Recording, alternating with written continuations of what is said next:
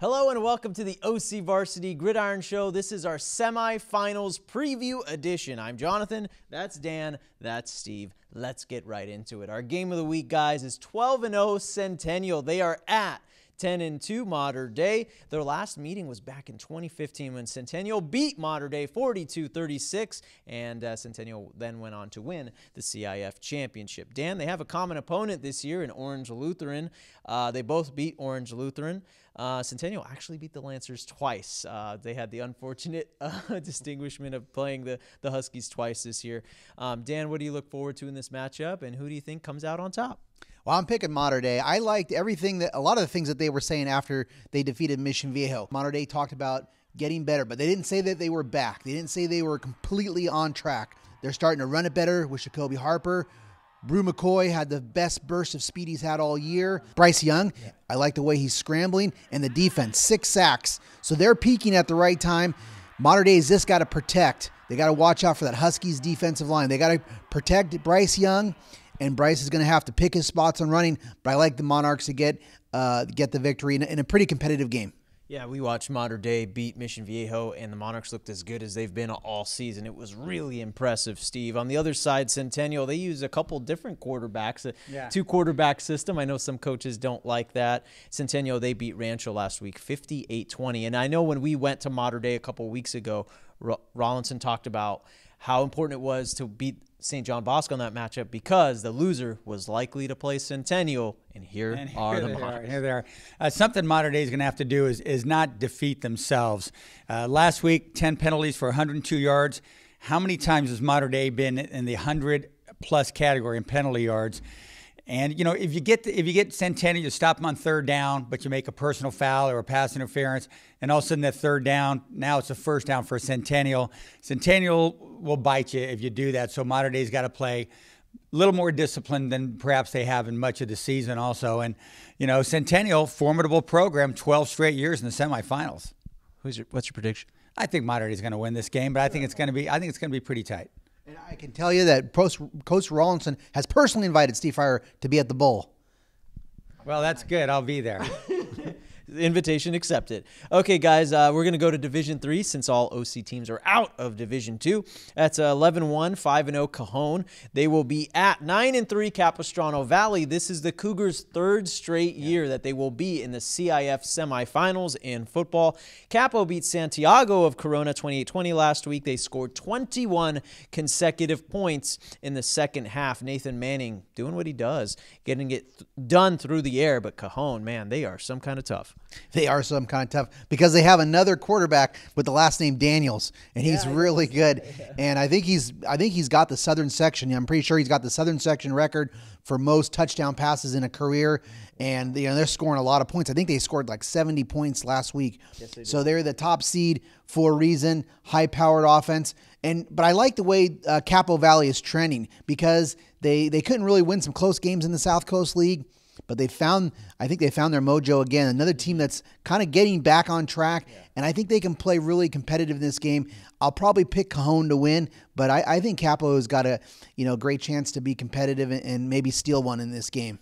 Yeah, Cajon, what did they do last year? They won CIF. They made it all the way to the state championship game. They lost that, but it's clear that they haven't lost much talent, Steve. Yeah, that's true. You know, the thing about, you're talking about Jaden Daniels, the quarterback.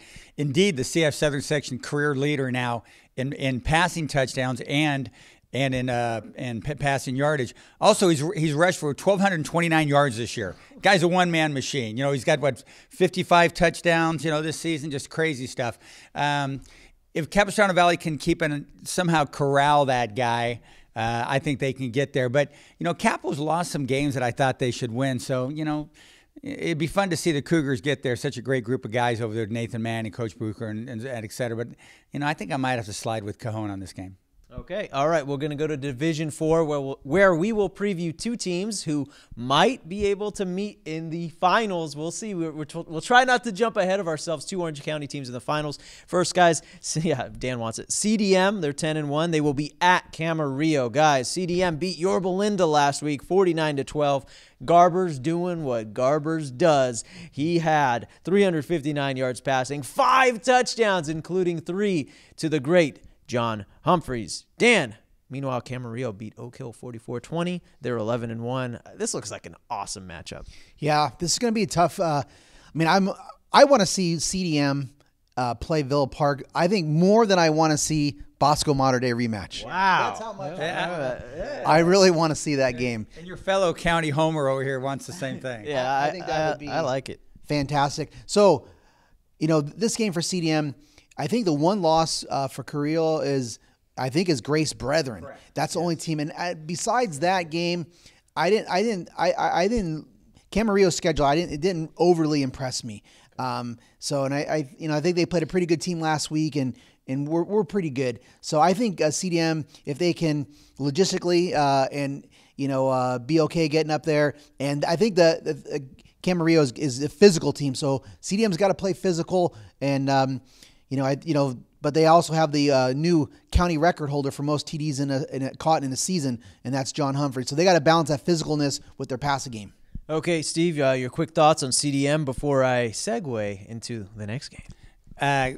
Camarillo is a pretty balanced offensive team. James McNamara, the quarterback's really good. Jesse Valenzuela has rushed for more than 1,000 yards. So it's it's a balanced team. And Corona Del Mar's defense, the offense is going to be fine. Garbers, who's having a great year, Humphreys, Schlom, et cetera. The whole receiving crew really having a good year. But they got to make sure that they can be ready for whatever Camarillo is going to throw at them. I like Corona Del Mar to win this game because I think they're going to outscore Camarillo. Dan mentioned it. I'll mention it again. Camarillo lost to Grace Brethren. And what is Grace Brethren doing? Well, they're in the other semifinal matchup. They will be at 12-0 Villa Park, guys. VP, they beat Saugus last week, 32-15. Grace Brethren beat Paramount, 41-12. Will Villa Park get past Grace? And will we see that epic CIF final matchup? I think so. I think Villa Park, it seems like I think Villa Park has the tougher game in this semifinal matchup. Grace is a really good team. So tough draw for the Spartans, but I think they're both these teams, Corona Del Mar, Villa Park, on a collision course for, maybe, for the, you could say arguably the best public school team in Orange County, especially if Corona Del Mar were to win out because they beat San Clemente. San Clemente beat Mission Viejo. And I know that's where San Clemente strives, but to be the number one public school, and they're going to be so talented 2019. But for Villa Park, they're playing great right now. Undefeated. They have the one loss to Mission Viejo by forfeit. So I know they're hungry, and they got a lot of talent. Coach Ansys' team's got a lot of talent. Are these two teams destined to meet in the finals, Steve? Gosh, I hope so.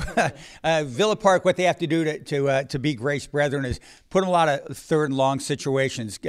Grace Brethren has this running back, Lontrell Diggs, 5'8", 225, man. You know what that looks like coming at you? That looks pretty tough. This kid Diggs, he's averaging 200 some odd yards a game almost. He's been a beast. Their quarterback, Mikey Zealy, over there at Grace Brethren's a sophomore. So if you get him in a lot of third and longs, you put a lot of pressure on a sophomore, and we know Villa Park can do that with Toia, the Alafasio brothers, et cetera. If they can put them in a lot of third and longs, put pressure on that sophomore quarterback, that could be the key to Villa Park winning this game. Final thing I'll say is, guys, it's another key. It's great. You can't overlook these two teams, right? I know CDM and Villa Park; those players are probably looking at that final matchup. Man, you're good. Yeah, just hey, you don't overlook these guys because Camarillo and Grace Brethren, they will come at you. All right, thanks to Dan, thanks to Steve. They'll be all over the football semifinals this weekend. Make sure to say hi to them and all that fun stuff. I'm Jonathan Khamis, and thanks for watching.